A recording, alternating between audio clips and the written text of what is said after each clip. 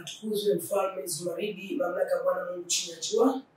Ninawasalimu katika jina la Mungu aliyeweka makao ndani ya kifua cha mtumishi wa Mungu Mfalme Zumaridi. Tunaendelea na ajenda yetu ya jana, habari ya mtumishi wa Mungu wa Stara. Niko hapo kwa ajili ya kumsaidia mtumishi wa Mungu wa Stara ili kusudi apate kupata uponyaji. Au Mungu mwenyewe ndio atajua atafanya nini kwa masuala yale ambayo yanataka kuja chake na mtumishi wa Mungu. Niko mbele ya halaiki ya watu, mbele ya dunia nzima na Tanzania kwa ujumla. Bado naendelea kutoa msaada kwa mtumishi wa Mungu. Huu ni msaada ambao nautoa. Maana ameomba msaada na mimi naomba nimpe msaada. Maana anaomba msaada na mimi niko hapa kwa kumsaidia. Maana kuna msaada aina nyingi. Kuna wengine wanamsaidia kwa pesa, kuna wengine wanamsaidia kwa maombi ili kusudi apate afya njema, aendeleze familia yake. Lakini pia mimi sasa kama mimi natoa msaada. Na mimi natoa msaada kwa yale ambayo alitamka kwa kinywa chake. Kama nilivyoongea jana, alitamka kwa kinywa chake maneno magumu sana kwa mtumishi wa Mungu, na akatamka mbele ya vyombo vya habari. Na wanadamu wote wakamsikiliza vyombo vya habari. Kwa hiyo ni hatari sana kwa mtumishi wa Mungu aliyetumwa na Mungu, aliyebeba nguvu ya Mungu. Maana hata jana niliongea kwamba hakuna mwanadamu yeyote anayeweza kumjua mwanadamu kumtazama hivi akatambua kama ni mtumishi wa Mungu au mtumishi wa shetani. Kwa hakuna mwanadamu ambaye mimi kwa kunitazama anajua kama ni mtumishi wa shetani au mtumishi wa Mungu. Ila mimi ndio najijua kama mimi ni mtumishi wa Mungu, nimetumwa na Mungu, sina dawa yoyote, sina mchawi yoyote. Kwa hiyo niko hapa kwa ajili ya kumsaidia mtumishi wa Mungu wa Stara. Na narejea, kuna clip moja ambayo mtumishi wa Mungu huyu wa Stara alikuwa anahojiwa. Alikuwa anahojiwa na mwandishi wa habari Madola TV. Akahojiwa, akasema kama mimi aliulizwa binti pale, kama wewe ningekuwa jaji ndio kumtia kesi. Akajibu kama mimi ningekuwa jaji ningemhukumu maisha au ningemhukumu kifo, kunyongwa kabisa. Tena akaikaza Madola TV. Sasa leo yamemrudia yeye. Mimi ni mzima na nikahukumiwa na jaji huyo aliyemtamka, nikahukumiwa huru. Niko huru. Sasa ikitokea wa Stara wewe ndo jaji, ukapewa sasa nafasi ya kuhukumu kesi ile ya Zumaridi, ungempiga miaka mingapi kule jela? Kifungo cha maisha. Unampiga kifungo cha maisha kabisa? Kifungo cha maisha ili awatajirishe wafungwa kule. Si ana uwezo kumtajirisha mtu. Unaloma kifungo cha maisha? Kwa nini asiwe kifungo cha maisha? Kawatapeli watu wangapi? Mimi hukumu ya maisha. Basi kama kuna hukumu ya kunyongwa, kama watu watakuja kulia hapa kuna watu wamekufa kwa sababu yake, tunanyonga. Kifungo cha maisha au hukumu ya kifo. Kwa sababu washapotosha watu wengi, kwa hiyo tunawasuru wengine wasipotoke. Leo tamko alisema alitoa neno nzito sana mtumishi wa Mungu wa Stara.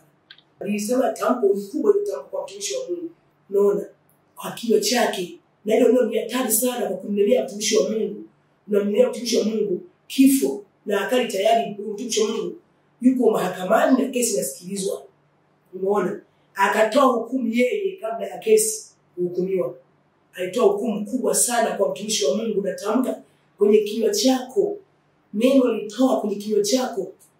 Kwa hiyo hayo maneno aliyotamka kwa mtumishi wa Mungu yamemrudia, ile maneno sasa yamerudi. Naona mimi kipo wangu nitatimba kila siku, naomba kitu bila naenda kufa pia, ni akili na kai wewe naenda kufa, naomba naumwa naelekea pabaya.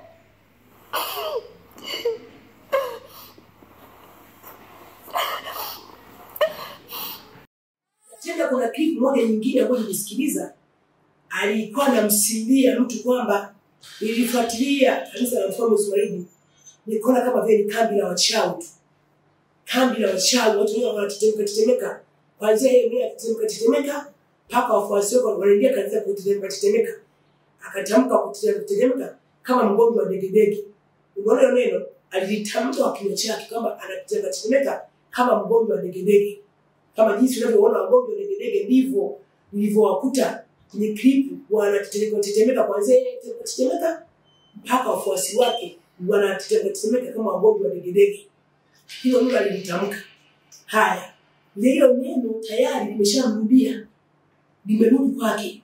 Limerudi kwake kwa sababu gani nasema hivi? Sababu sasa hivi anadegedege.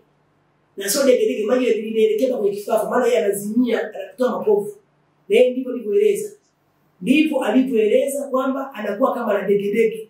Hilo neno alitamka mwaka 2023.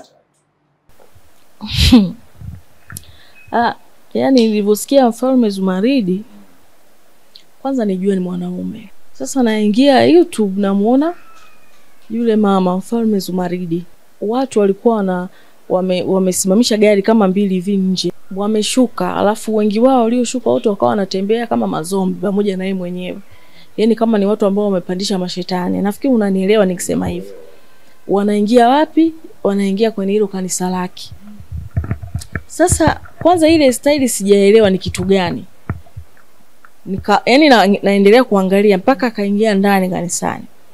Alipoingia ndani kanisani watu sasa mlika. Yaani kitendo cha kuingia tu mlangoni watu wanaanza kutetemeka na mle ndani kama anavyofanya yeye. Nikawa naangalia nikajikuta kwamba ni kama vile naangalia kambi ya wachawi au mazombi au niseme watu ambao wenye kupandisha mashetani wote wamekusanywa sehemu moja, wakaambiwa haya action, wakaanza kutetemeka kama vile. Kwa hiyo lile kwanza nilikuwa yani kwa nini anafanya hivi, lakini kila nilivyokuwa napekua na niliokuwa nakutana nayo nikaja kujua huyu yani sio muombaji ila ni mshirikina. Yani ni mshirikina ambaye yani sijuagi hata watu wengine, sisi tunatembea kama maskini hatuna akili. Hivi mtu anashindwa kujiongeza, mtu anayekuombea yeye mwenyewe anacheza degedege. Ndio anayekuombea anacheza degedege. Alafu kwa nini? Ndio maana nasema ushirikina, labda hao watu wote kusanya kimadawa ndio maana wanamfuata. Alitaka kwenye chake. Kwa hiyo neno lirudi kwake. Sasa hivi ninamtafuna. Degedege tayari kwa kwake, lakini kanitamkia mimi kwamba aliniona mimi kama nina degedege. Pamoja na wafuasi wangu tuliingia kanisani kwa mfumo wa degedege. Sasa ile neno la degedege yeye nilitamka tu. Lakini Mungu sasa yeye ndani yangu akalirudisha neno la degedege. Sasa hivi yeye ndio degedege. Yaani nikianza kuumwa leo unaweza kujua badala wake. Naenda hospitali, unapata zile dawa za vidonda vya tumbo, lakini zile sindano nitachomwa mpaka wale madaktari watachoka. Tapewa dawa za aina zote pale vile, hamna kidonda kutulia, hamna chochote. Matokeo yake sasa inakuja pressure. Ile pressure ikija inakuja mpaka nazimia. Nikishazimia, yani kabla hata sijazimia naanza kutoa mapovu kwanza. Toa mapovu mengi. Hapo unapoteza fahamu, nakuwa kama mtu ambaye ana degedege. Kwa hiyo wakati natoa mapovu nakuwa natetemeka, baada ya hapo inakata na kuwa nimezima tayari. Lakini eneo la kusema kwamba anastahili kifo. Ona hilo neno litamka, anastahili ahukumiwe kifo, kunyongwa. Haya sasa hivi angalia na kuelekea. Tio neno limeshamrudia. Limemrudia. Limeingia ndani yake, neno lirudi. Na lirudi ndani yake. Hivyo rudi hata kumtafuna kwa kweli neno. Mimi nadhani kuishi. Mimi kitu cha hawa kimenitua, nimechanganyikiwa siku hizi. Nimechanganyikiwa kuona dada kafa. Hapo nikiangalia ni tatizo lake lilikuwa tumbo. Nikijiona mimi tumbo langu linavimba kila siku, naona kitu mimi naenda kufa. Pia ni akili na kai wewe naenda kufa. Naona sasa kwa istamani kufa.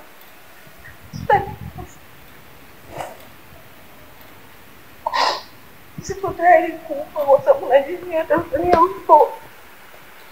Unaweza kusimama mkanisaidia kudai haki yangu, wakila ninayemdai. Unaweza kusimama unisaidie nitoke hapa nilipo na kwenda hospitali na kufanya kitu changu kama kawaida.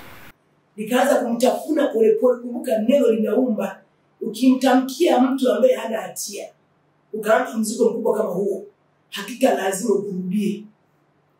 Muone. Kwa tayari saizi hilo neno la kwamba Zumaridi ahukumiwe kifo limerudi kwake. Na kwa neema ya Mungu na rehema za Mungu, kesi niliendesha salama. Mahakama ilisimamia kwenye haki, sikuhukumiwa kunyongwa, nikahukumiwa huru. Nikahukumiwa huru na kesi ilifika mpaka mahakama kuu. Jaji akaifuatilia kesi, nilikutwa sina hatia. Nikaachiliwa huru. Kwa lile neno kwangu lilitoka, sikuhukumiwa kunyongwa. Nikamfuata yeye aliyetamka kwamba hukumiwe kufa. Sasa hivi huko ndio anaelekea. Kwa sasa mimi nimekuja hapa kwa habari ya kumsaidia. Na nimekuja kumsaidia na kumletea mifano ya watu ambao tayari wameshapata matatizo kupitia vinywa vyao juu ya mfano za miti. Kuna watu ambao tayari mpaka sasa wamepata matatizo makubwa kwa habari ya vinywa vyao wenyewe. Na nitolea mfano. Kuna mfano, kuna kaka mmoja alikuwa mhandisi wa mkoa fulani. Siwezi kusema mkoa ni mkoa gani. Alikuwa ni mhandisi wa mkoa fulani. Watu mtamjua tu. Nikisema mhandisi wa mkoa fulani hata sikotaja jina la mtu mtamjua. Naamini Watanzania watamjua kaka. Alikuwa kijana sio mkubwa sana. Kama miaka hata 30 kitanda ndani huko sio mkubwa sana. Huyo kaka alinikuta kituo cha polisi. Hapa natoa msaada kwa wastani na wengine. Sio wastani tu na wengine. Alinikuta kituo cha polisi mwaka 2020. Nimeenda kuripoti polisi. Kabla sijaenda gerezani. Mwaka 2020. Nimeenda kuripoti. Wala mimi sikumjua kama ni mhandisi. Alipokuja yule kaka nilimuona lakini sikujua kama ni mhandisi, nijua kama ni askari tu yumo. Kumbe alikuwa kuja na shughuli zake kwa kufuatilia watu wake huko. Huyo kaka alinipiga picha mimi bila kujua. Alinipiga picha bila kujua kabisa, kujua. Nilikuwa mimi na binti mmoja hivi, nilikuwa nimevaa kitenge fulani mimi hivi. Akanipiga picha. Aliponipiga picha, ile picha mimi nilikuwa nimekaa, sikumuona hata nipige picha. Akaipiga ile picha. Alipopiga ile picha, akaingiza ndani ya grupu la wanafunzi. Grupu lao la wanafunzi kula aliposomea. Pindi bado wanasoma shule ya sekondari, wana grupu lao walitengeneza. Akaitupia ile picha mle. Alipotupia ile picha mle akaongea maneno machafu na kashfa. Baada ya kutupia ile picha mle kwenye grupu. Hasa ndani ya grupu kuna mfuasi wangu yumo alisoma naye. Alipoona mfuasi wangu alipoona ile picha, akairudia akaifuadi kwangu. Baba, kuna mtu, mtumishi wa Mungu, kuna mtu ambaye amekupiga picha humo na mimi polisi ameituma kwenye grupu la wanafunzi. Akanirushia bado niko polisi humo nimekaa na maaskari ni shahidi. Akairudisha ile picha kwangu. Kuiangalia hivi, mbona kwa kituoni? Na nilipokaa hivyo na maaskari walipoepo. Nikabidi mimi niwaonyeshe na maaskari jamani nani amepiga picha. Mimi nikajua kwamba nimepiga picha na maaskari waliokuwa humo. Niliwatuma maaskari. Nikawaonyesha nani amepiga picha. Kisheria unaweza kupiga picha mtu ambaye sio uzini yake. Nikaanza kuwaambia kwa ukali na maaskari mimi. Kwa hiyo nipiga picha. Nani kanipiga nikaona walipoangalia ile picha. Kweli ni eneo ile limekaa. Ni eneo la nini kituo cha polisi limekaa huko ndani pale sijainuka. Wakaanza kupiana nani kapiga picha maaskari. Nani kapiga picha watu tutake si nani kapiga picha kwa mzee jamani. Wakaanza kuamsana wao kwa wao. Sasa mimi kama jamani basi yaishi nipiga picha na nimetukana basi. Yaishi. Mara nitumie ile picha na zile comments za watu sio walipokuwa wanatukana. Nikaumia sana ndani ya roho yangu, niliumia sana. Lakini baada ya kutoka mimi nikamfuatia yule dada ambaye ni mfuasi wangu ambaye yumo katika ile group. Nikamwambia ni nani alinipiga picha akatukana akaongea maneno makali kama haya. Akasema wewe nifuatie ile group. Alipoingia kwenye group kumfuatilia vizuri, akamkuta ni yule mhandisi ambaye alisoma naye. Akamfuata, akampigia simu baada ya namba yake ya simu. Akamwambia hivi, kwa nini umepiga picha mtumishi wa Mungu ukamtolea maneno machafu kiasi hiki ukamtukana ukaongea maneno machafu kiasi hiki? Kwa nini ni nani? Kwa nini ni nani? Yeye nimepiga picha kwa nini nani? Yesu msukuma fulani tu. Kwanza anaongea ni sauti ya Kisukuma, nimekuta kwa sauti ya Kisukuma hata hana lafuzi. Sini akaanza kuongea na mjibu sasa hivi. Kwa nini ni nani? Kwa nini wanataka kumtukana? Sina nini akajibu hivyo. Akamwambia yule dada akamwambia hivi, naomba umpigie simu. Akampa kwa namba yangu ya simu. Huyo ni mtumishi wa Mungu, mimi ndo namjua na abudu kwake na najua mimi niko na mzigo gani amenitolea mizigo. Kwa hiyo ninaamini moja kwa moja nimemtukana Mungu ndani ya mtumishi wa Mungu. Nakupa namba hii, mtafute umuombe msamaha. Watumishi wa Mungu hawatukanagi. Huyo dada sasa ambaye ni mwalimu sasa. Akampigia simu akamwambia ni muombe msamaha ni nani? Yamekuwa ni Mungu. Basi anipe adhabu yoyote kama ni Mungu. Anipe adhabu yoyote. Simpigi simu wala siombi msamaha wote. Hiyo mhandisi anaongea hivyo. Sipigi simu ili swala aliongea. Na kama wale ambao wako ndani ya grupu hilo walipata hiyo picha na matusi aliyotukana, ina maana kama hawajafuta bado yamo bado kwenye grupu lao. Kwa nini ni nani? Yamekuwa ni Mungu. Siwezi kuomba msamaha mimi. Akamwambia huyo ni mtumishi wa Mungu. Kama mtumishi wa Mungu na Mungu yuko ndani yake. Na ukimtuka mtumishi wa Mungu kuna laana huwa inafuata, utapata laana. Sasa kama hiyo laana nipate, simpigii simu wala siombi msamaha. Akaniambia dada, akamwambia muache, hata Mungu atampa anachokistahili. Nikamjibu hivyo, muache, usimpigie simu. Mungu aliyemo ndani yangu atampa anachokistahili. Tena akisemaje, anipe adhabu yote sasa. Kama anajifanya kama ni Mungu, basi anipe adhabu yoyote. Nawaambia ndugu wa Tanzania, Swahili anamsaidia mtumishi wa Mungu wa stara, kinywa kinaumba. Alipotamka ile kaka, haikuchukua wiki mbili. Tena wiki mbili nyingi. Alipata ajali mbaya kwa wawili, ni mhandisi. Simsemi kwa ajili ameshamjua tu Tanzania. Ni mhandisi wa mkoa fulani. Alipata ajali mbaya yule kaka, alikufa pale pale. Wiki zilikuwa mbili nyingi. Alikufa pale pale, maana alisema anipe adhabu yoyote. Alitaka yule kama alifanya ni Mungu basi anipe adhabu yoyote. Siombi msamaha wote. Sio tumpigie simu mwanadamu mwenzangu nikuomba msamaha. Kwani ni nani nimemtukana sasa? Ndipo alipomjibu yule dada, ambaye ni mwalimu. Yule dada akanirudishia. Alipata ajali walikuwa hawa. Alipata ajali mbaya, walienda kumuokota watu. Yaani waliokwenda pale walifanya kuokota viungo na kuviweka ndani ya nini? Ndani ya mfuko. Ajali walipata. Kwa hiyo adhabu alitamka mwenyewe na aliambiwa kwamba omba msamaha, huyu mtumishi wa Mungu umemchafua. Muombe msamaha, alikataa na akasinikizia maneno kama naomba nipe adhabu. Kwa hiyo Mungu aliyemo ndani yangu alipa adhabu ile kaka. Alipata ajali mbaya, alikufa pale pale, aliokotwa. Sijeshi hapo. Naendelea kwa habari ya kutoa mifano ya watu ambao wamepatwa kupitia vile vyao. Kipindi na ripoti hapo kwa polisi. Kipindi naenda kuripoti. Dada moja iliniambia askari. Aliniambia hivi, "Unaniangalia nini? Unajifunza unafuta msukule wewe?" Alitoa matusi makubwa sana dada. Mimi nimekaa. Na hapo pembeni alikuwa RCO kipindi hicho, yule RCO alikuwa RCO mmoja ambaye alikuwa baba mmoja mrefu. Kipindi ya mwaka 2020 hapo baba mmoja mrefu ambaye kama sikosi kama sio Mmasai alikuwa RCO huyo kipindi hicho. Alikuwepo na maskari ndio alikuwepo. Huyo dada alikuwa amekaa pembeni. Akaanza kumtolea maneno makashifu. Unaniangalia nini? Unaniangalia nini? Unajifanya kama wewe ni Mungu. Unajifanya kana misukureti. Unajifanya kana kina kanumba kana misukure kina kanumba zikao na kana misukure. Basi mimi nifanye kwa msukure basi. Kama kweli unacheuri. Alitamka ile maneno kwa kinywa chake, nimekaa hivi, nilimwangalia. Basi mimi nifanye kwa msukure. Basi niue basi kama kweli wewe ni Mungu, niue nimekutukana na nimesafu mbavu mkubwa, shades mkubwa wewe. Wewe si mara fulani tu wewe. Sasa nini? Aliongea maneno ya dada, sikumjibu. Nilimwangalia tu kwa maneno yake aliyosema. Nikamwangalia tu, baadaye akaniambia asiokaa, nikakaa. Akaanza kunihoji pale, asiokaa kunihoji, nikaanza kumwambia bana, nikaandika pale, lakini sio kama alihoji, kuniandika maelezo pale kwa vipengele fulani ambavyo kwa alihoji, unasema kuna watu wote wanasema na nini, na watu kwamba watu kufa nini, akanihoji pia yale mambo. Mimi nikaona kukubalia. Sababu ni imani yangu mimi, hawezi mwanadamu kunipinga. Akanaandika pale ulizaliwa lini, akanaandika ulianzaje ya mambo ya kuwa na watu ambao walishakufa labda, ukatenda unakaa nao. Nikamsimbia mwanzo mwisho nilipotokewa na Mungu. Mungu aliponipeka paka chini mpaka akanikamsimbia yule RCO kwa kipindi kile. Akawa anaandika. Yule dada yuko pembeni anatoa povu. Anatoa povu. Basi niwe na mimi. Niwe nasema, "Unaniangalia nini? Wewe una nguvu wewe. Wewe ni Mungu wewe." Pumbavu. Si nini? Niwe. Anaongea maneno ya askari.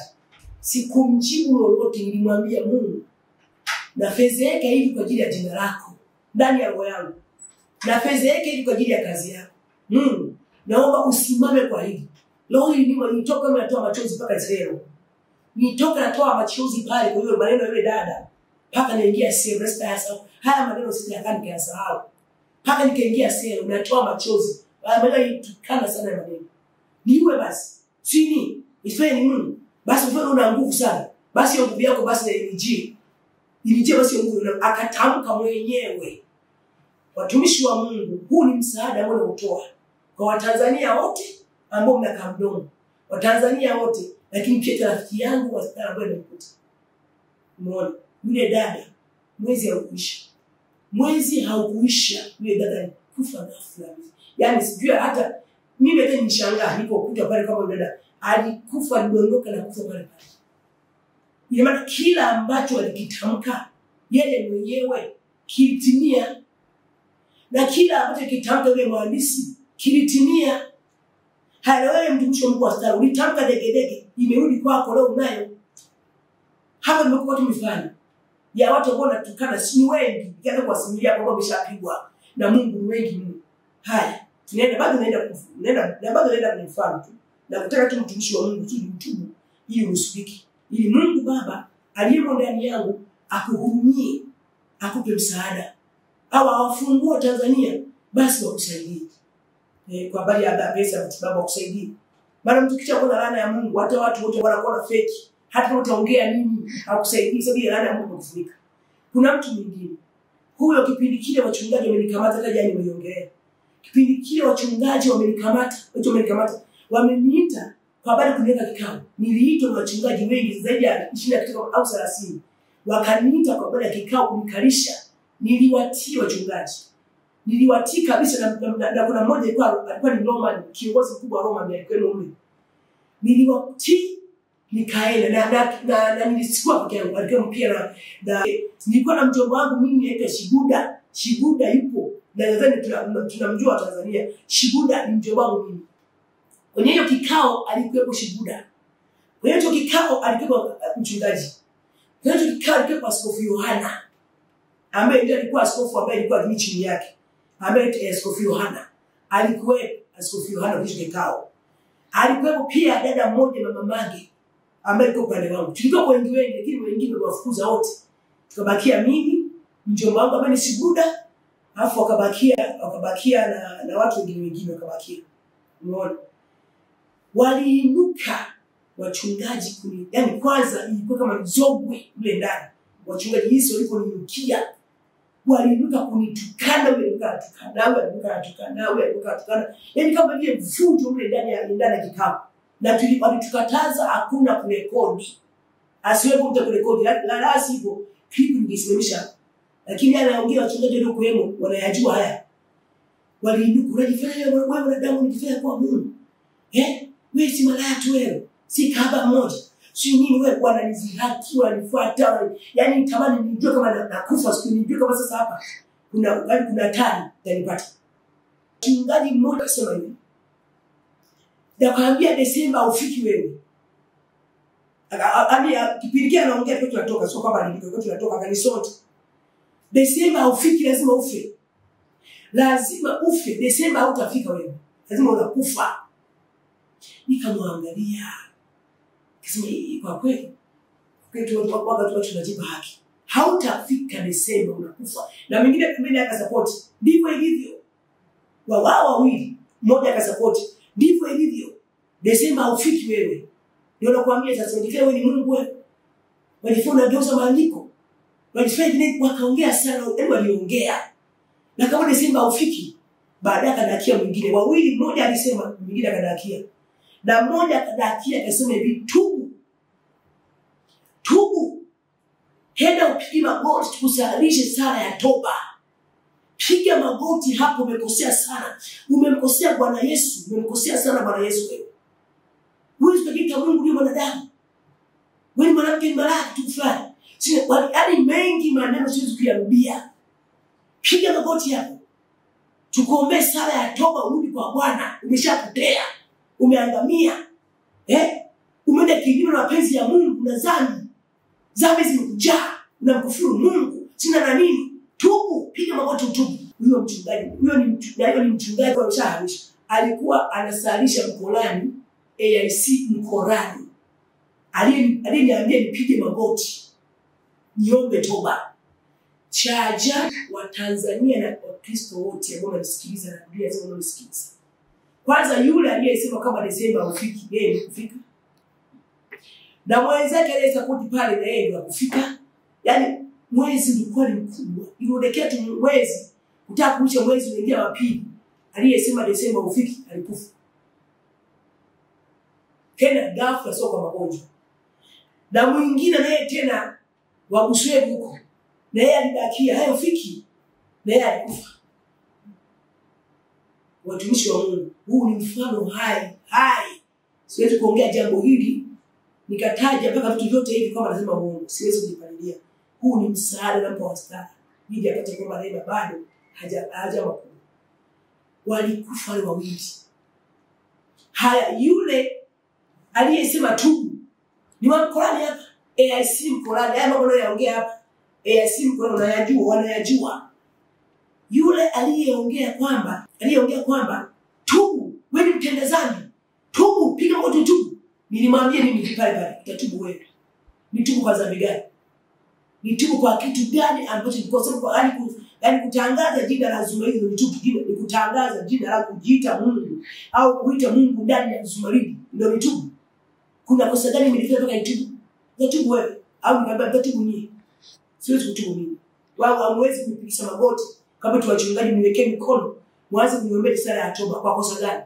Siwezi kutubu. Ndipo mjibu. Basi siwezi kupiga magoti niwekee mikono wachungaji nipige magoti katikati yao. Alikuwa anaongea sio uchungaji wa Qur'ani. Alafu watu waniwekee nini? Sala ya toba nirudi kwa Yesu. Mungu alivyo mkuu. Wiki mbili zilikuwa nyingi.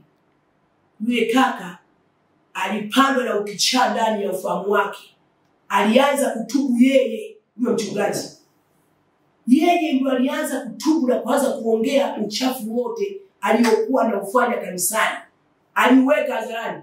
Wake za watu alivyokuwa anawachukua kwenda kuwafanyia mapenzi katikati ya hekalu lao. Alisema watu hata wanafunzi aliokuwa anafanya mambo machafu yasiyopendeza Mungu, alitaja vitu vingi sana, na mpaka sasa hivi ninavyoongea ndoa zimekufa kwa sababu ya yeye aliyataja na akayasema aliokuwa anafanya wake za watu ndani ya kanisa. Aliyasema akiwa amepagawa, wakamkichukua wakamkimbiza Bugando. Hivi ninavyoongea walimpeleka mpaka hospitali ya Bugando Siwani. Baadaye wakamtorosha, wakamuondoa, wakampeleka kwa mganga wa kienyeji Misungu, kuelekea Misungu. Kwa waumini wakawa wanatoka wanaenda kwenda kumwangalia. Akifika wanaanza kuokoka. Wale waumini wanaenda kumuona, wanachukua kalamu na karatasi, wanaanza kuandika yale yote ambayo anayasema. Mwambie na fulani nilichukua mke wake. Mwambie na fulani mtaki naye. Mwambie fulani aliyasema maovu yote akiwa amepagawa. Aliyasema, lakini aliniambia mimi nitubu. Angalia Mungu alivyoajabu. Lile neno aliliongea kwa unafiki, kumbe yeye ndio sio mtumishi wa Mungu wa kweli. Neno lile lilimgeuka yeye, likaja kwake. Yeye ndio akaanza kutubu akaanza kutubu. Mpaka sasa hivi vile viongea kuna ndoa zimekufa kupitia mchungaji huyo wa AIC pale Mkolani. Na mchungaji huyo katika wachungaji wale waliosimama kupindikia mimi nipata matatizo ya kanisa kufungwa, walisimama wakasema kwamba tunaishukuru serikali. Miongoni mwao ndio waliokufa wengine, na miongoni mwao ndio huyo kaka. Humo ni hiyo clip yupo amesimama mrefu na koti kasema kwa nyuma hivi. Naye alitubu mwenyewe dhambi zake, alistera kwa anasema naomba nitubu, anasema hivyo. Akaanza kwa lugha ya Kisukuma, naomba nitubu, naomba nitambole, naomba nitubu.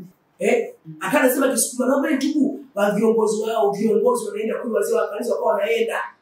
Hasa mimi kuna dada yangu kabisa anaitwa Edina, dada yangu mimi, mtoto wa mama yangu mkubwa anaitwa Edina, yuko pale kwenye kanisa na arudi mpaka leo.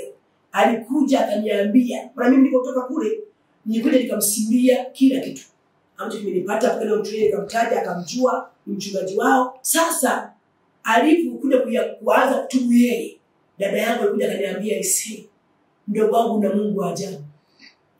Ndogo wangu, Mungu yeye ni Mungu wa ajabu. Nikamwambia, kwa nini dada? Mchungaji aliyekwambia kule utubu, kuwekea mikono kama umemkosea Mungu, yeye ndio ameanza kutubu. Anasema mambo machafu aliyokuwa anayafanya na wake za watu, aliyokuwa akiyafanya na watoto wanafunzi, aliyokuwa anayafanya yote ameyatubu mwenyewe. Na anasema naomba nitubu, Mungu anisamehe kwa yote ambayo nimeyafanya kwa kipindi kizima nipo katika uongozi wa uchungaji, ndio naomba nitubu, nitambole, ndio Kisukuma, nitambole, nitubu yale yote ambayo nimeyafanya kinyume na mapenzi ya Mungu. Naomba nitubu, nisije nikafa dhambini. Anaongea mwenyewe, nisije nikafa dhambini. Naomba nitubu, naomba ninyabore sasa, nitubu, nitambole. Njooni watu wote wakawa wanaenda wazee wakaanza kule kwa mganga. Anawaambia wanaandika, anawaambia wanaandika, na wale wanawake wanaambiwa yale anayasema. Wanaume zao wakayapata. Pia hata wanaume zao wakaenda kule kwenda kusikiza kwenye chake, akaongea. Aliongea wanawake wale wanao kanisani hivi. Wanafunga ndogo wanao hivi. Aliwataja wote kwa kinywa chake mwenyewe. Kwa yeye ndio aligeuka kutubu. Kwa lile neno ambalo alilisema kwangu mimi, nilimgeukia mchungaji kwake, maana yeye ndio mtendazana, mimi nilikuwa sina tia yote mbele za Mungu. Yeye nikamgeukia sababu alikuwa anafanya ni mchungaji, lakini kuna vitu vibaya ambavyo anafanya. Kwa hiyo nguvu ya Mungu iliyomo ndani yangu ilimgeuka yeye akatubu. Akaanza kutubu ovyo, tena anatubu bila kusurutishwa. Nguvu ya Mungu ilimvaa, akajikuta anatubu. Aliongea kama mwezi wa kuisha. Aliongea, akaongea, akazalilika, mpaka hata alipokuja kufungwa, alipokuja kutoka kwa mganga, walimtoa akamwamsha chini ngoma kumwamsha. Yaani hakurudi tena kituo hiki.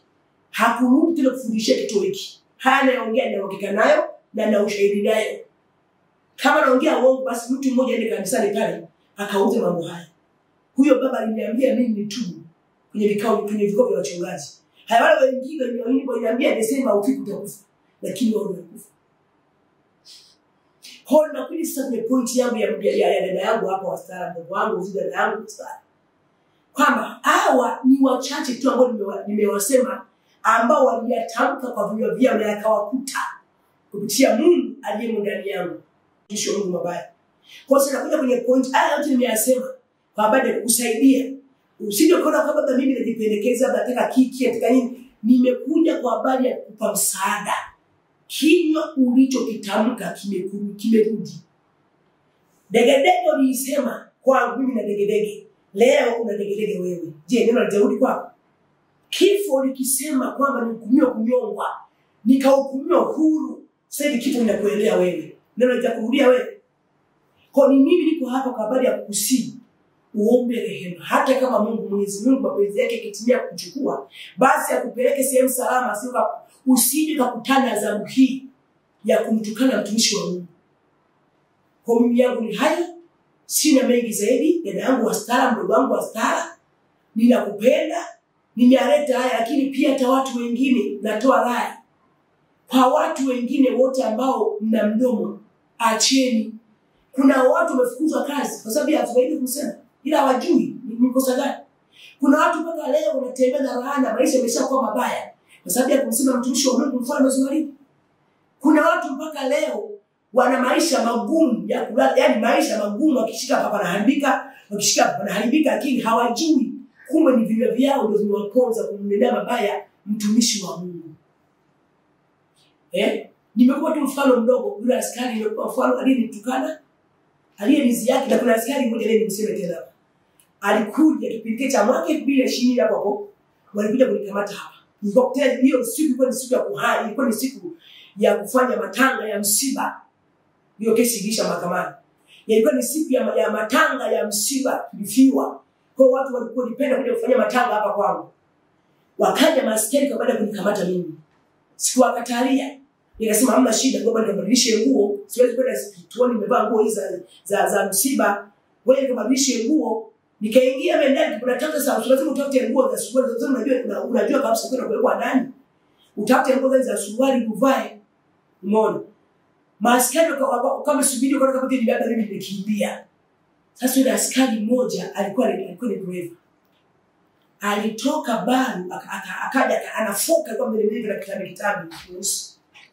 Akaanza kufoka, anataka kunifuata mpaka chumbani. Anataka kunifuata mpaka chumbani kwangu. Anasema, yani mimi ningekuwa mimi serikali ya kwangu ningekumiminia risasi wewe.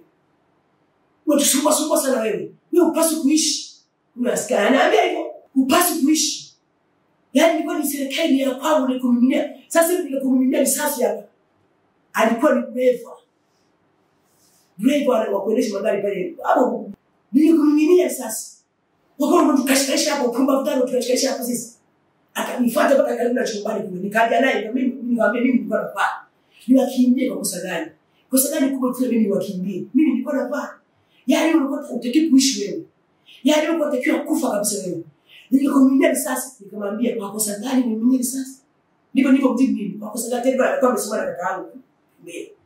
Kaka yangu akamwangalia, akamwangalia, akatisa kaka yangu kichwa. Yaani upasi kuishi wewe. Basi unasumbua vitu vya watu.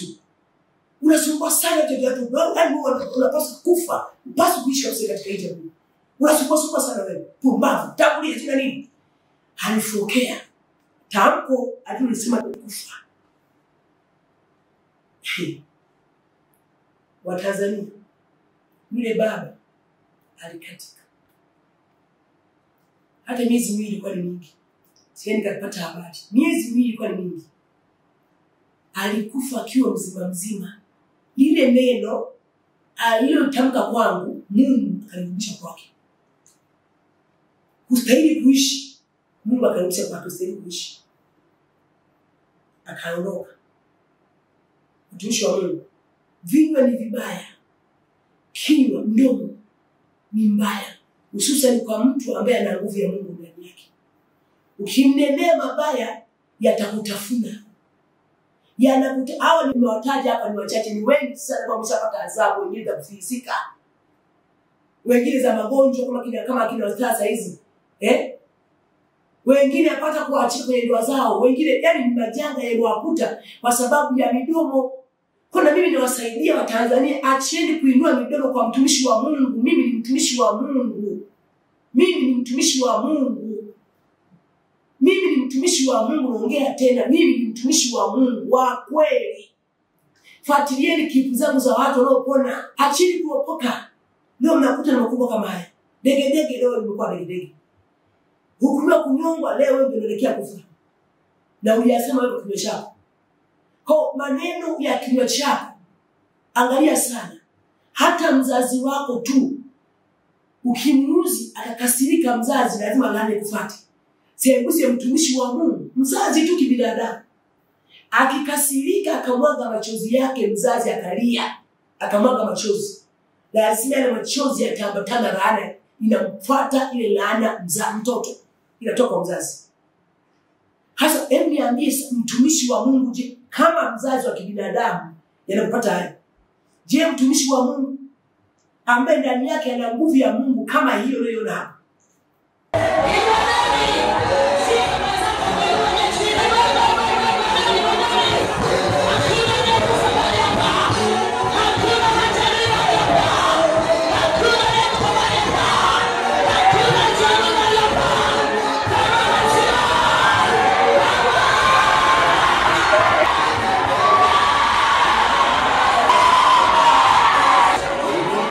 Nguvu ya Mungu hiyo ambayo unaishuhudia hapo, hiyo ni nguvu ya Mungu iliyotembea na kusha watu. Ni nguvu ya Mungu hiyo ambayo iko ndani yangu. Sasa kama mzazi akikulaani, akaongea maneno makali au kamuumiza, mzazi akaumia, mzazi akatoa machozi, mtoto analaaniwa. Siembusie mtumishi ambaye ndani yake ana makao. Mungu ana makao. Kaweka makao Mungu ndani yake. Alafu muumize kama baki salama. Lazima jana niliwasomea vitabu vingi sana. Niliwasomea kitabu cha Hesabu 12. Nikawasomea jinsi gani Haruni na Miriam walivyomnenea Musa, jinsi gani asila ya Mungu iliwaka kwao. Haruni na Miriam aligeuka pale akawa mkoma kwa sababu ya kumnenea mabaya mtumishi wa Mungu Musa. Nikaongea habari ya Farao. Jana nilikuwa naongea kwa vifungu. Natoa vifungu naongea ili kuwasaidia Watanzania msimamie. Nikaongea habari ya Farao. Farao alipata mapigo makubwa kwa Mungu kwa sababu ya kumsumbua mtumishi wa Mungu Musa. Alimsumbua sana mtumishi wa Mungu Musa. Mungu alimlaani Farao. Akampiga kwa mapigo Farao. Sikuishia hapo. Nikatoa mfano wa mtumishi wa Mungu Elisha. Kuna wale watu wa vijana 40 walikuwa wanamzomea, wanamwekea ziaka, lakini Mungu asira yake ilisimama, kaagiza dubu akawalalua wale vijana wote wakaangamia. Hasira ya Mungu ni kali wa Tanzania. Hasira ya Mungu ni kali wa Tanzania. Sio hao tu, ni wengi ambao walipata mapigo ya Mungu. Nikawaongelea wakina Hanania, kitabu cha Matendo ya Mitume 5. Hanania na Safira jinsi gani ambavyo walimnenea uongo mtumishi wa Mungu Petro. Angalia jinsi walivyokuta na mauti za ghafla tu. Mtu na mke wake waleta familia na watoto walikufa. Ghadhabu ya Mungu ilisimama katikati yao. Waliokuwa wamenena mabaya ya mtumishi wa Mungu. Iliwalamba ghadhabu ya Mungu, walikufa. Wakaenda kuzikwa, wakavutwa tena kwa kuvutwa hivi. Kwa kuvutwa hivi wakaenda kuzikwa kwa sababu ya hasira ya Mungu. Sasa ukimnenea mabaya ya mtumishi wa Mungu, eza mabaya yanakurudia, yanakusumbua. Umeona? Au eza kutoa, eza kutoweka katika dunia hii. Sasa kwa nini upate laana wakati mimi nipo na kusaidia? Kwa nini uteseke na magonjwa? Kwa nini maisha yako yayumbe? Ninyi tu tazameni wale wote mnaoangalia maisha yenu. Wale wote ambao mnatukana mimi mfalme Zumaridi, tazama maisha yako yakoje. Tazama je, hakuna mambo yanayoharibika kwako? Hakuna mambo ambayo yamezaliwa kwa kupata magonjwa yamelipuka tu ovyo. Je, hakuna laana tu na amani na maisha? Ambao unatukana kwenye comment, unatukana ziyaki. Je, una amani katika maisha? Je, maisha yako yanaenda vizuri? Ya tazama. Tazama tu. Tazama, je, wewe unatukana wewe mke wa mtu, je, ndoa yako ina amani? Unaishi kama kwenye ndoa kabisa kwa amani vizuri? Uchumi wako unaenda vizuri? Ambao unatoa matusi kwa mtumishi wa Mungu. Achieni matusi. Ona sasa wastara hiyo mkuta. Wastara kipindi anatoa povu fati wa Tanzania. Fuatilieni klipu zote za wastara alipokuwa anahojiwa ya TV mbalimbali. Uone jinsi alivyokuwa anatolea povu Mungu. Uone jinsi alivyokuwa anatolea povu mikisa imesema saduki.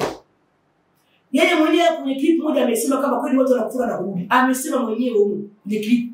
Kama mtu kweli anaweza akafa na akazikwa lakini akarudi na akaishi, ameongea kwamba yapo nani mwenyewe nimeyashuhudia, nimeshayaona, yeye mwenyewe ameongea. Lakini sio kwa Zumaridi. Kwa nini kwa Zumaridi?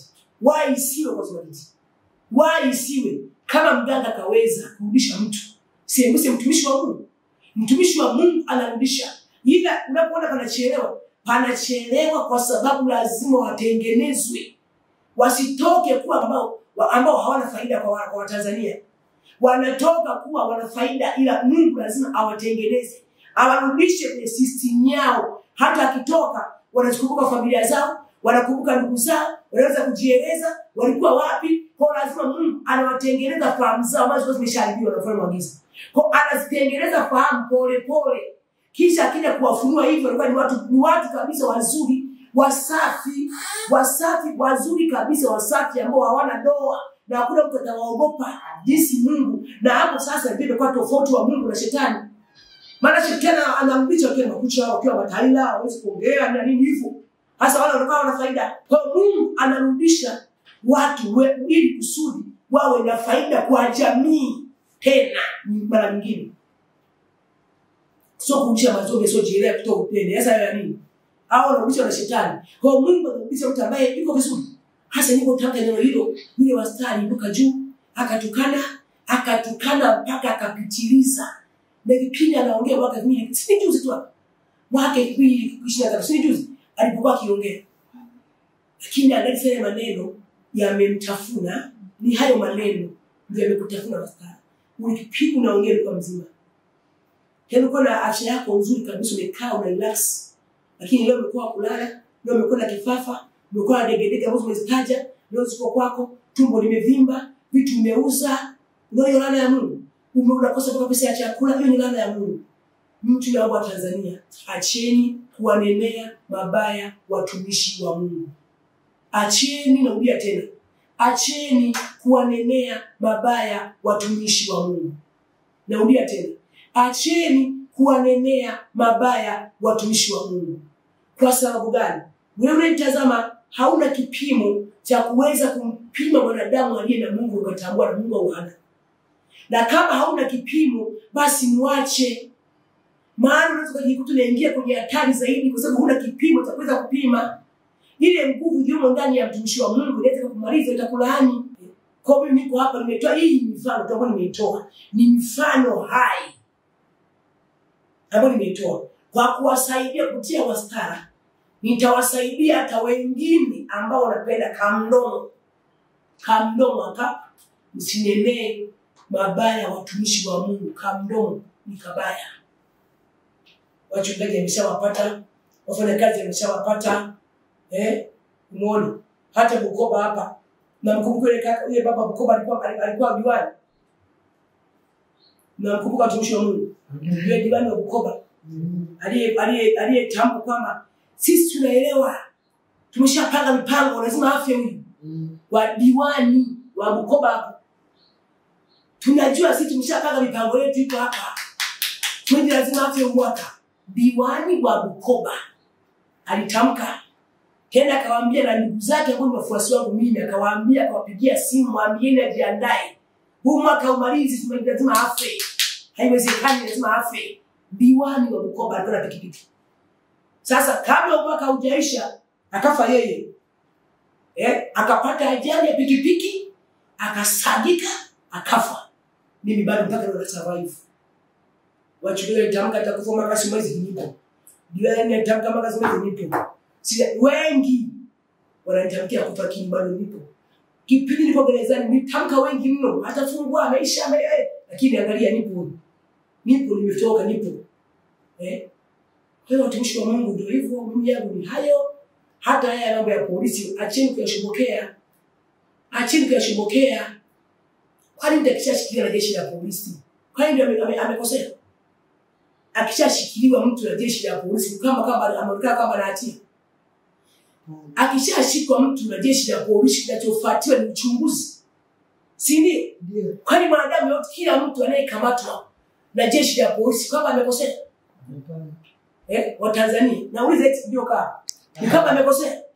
Kinachobaini kwamba ni mtu mkosaji ni wapi? Si mahakama. Sasa mbona mnashoboka hivi? Mbona mnashoboka sana watumishi wa Mungu, mnashoboka sana? Kieta kinika kilipu anarusha nasema ya kwake, anyonya anatukana maisha huyo, anyonya nishinda kuisha kipindi kije niselewa hapa. Mnashoboka. Mtu akishikiliwa na jeshi la polisi sio kama ndio amefanya makosa. Kama kweli amefanya makosa, mahakama sasa ndiyo itakwenda kubaini ukosefu wake kwa uchunguzi wa kina na mashahidi wa haki. Maana mahakama ni sehemu ya haki. Kwa anashikiliwa, anafunguliwa jarada, anapandishwa mahakamani. Mahakama sasa, hakimu au jaji ndio anaanza kuyachambua makosa yake. Na jaji au hakimu anaweza kubaini kama mtu huyo hana kosa na akamwachia huru. Sio polisi. Polisi wenyewe wanatekeleza majukumu yao ya kumkamata kama huyu ni mtuhumiwa. Wanamshika. Tunamwandikia kesi ametuhumiwa kwa kosa hili. Wakishamshika, wakamwandikia kesi, lazima kesi pale sehemu nyingine kasikilizwe. Ikishafika kule kesi kasikilizwa, kama atakutwa sasa na hatia mtu yule, ndipo analamba miaka. Nenda kalamba hukumu ya kifo, au kalamba hukumu ya maisha, au miaka 30 au miaka 10 kulingana na kosa lenyewe. Anapewa adhabu kulingana na kosa ambalo kalifanya. Abisbishi watumishi wa Mungu bwana mnashoboka sana. Mnaongea maneno matusi, matukana matusi. Angalieni kamdomo. Kamdomo. Naona hiyo nguvu hapo. Naona hiyo nguvu hapo.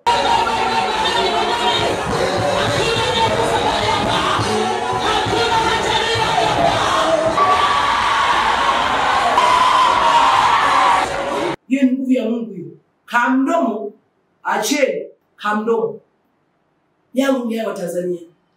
Sina mengi zaidi. Kama kuna maswali na wakaribisha. Kama mtatukana tena is okay. Yatawapata no style. Mbarikiwe sana na mfano zaidi. Mimi ni mtumishi wa Mungu. Niko Mwanza. Nimetumwa na Mungu. Sijajituma. Nimetumwa na Mungu. Mungu yu ndani yangu. Mimi sio Mungu, ila Mungu Baba amekaa ndani ya mwili huu. Kakaa ndani yangu, ndiye ninayemtambulisha. Nakaribisha sana kwa mfano zaidi. Yangu ni hayo. Goodbye. Bye. Kimzumariti. Okay. Yeah. Fuatilia chaneli yetu ya YouTube kupitia Zumaridi News TV.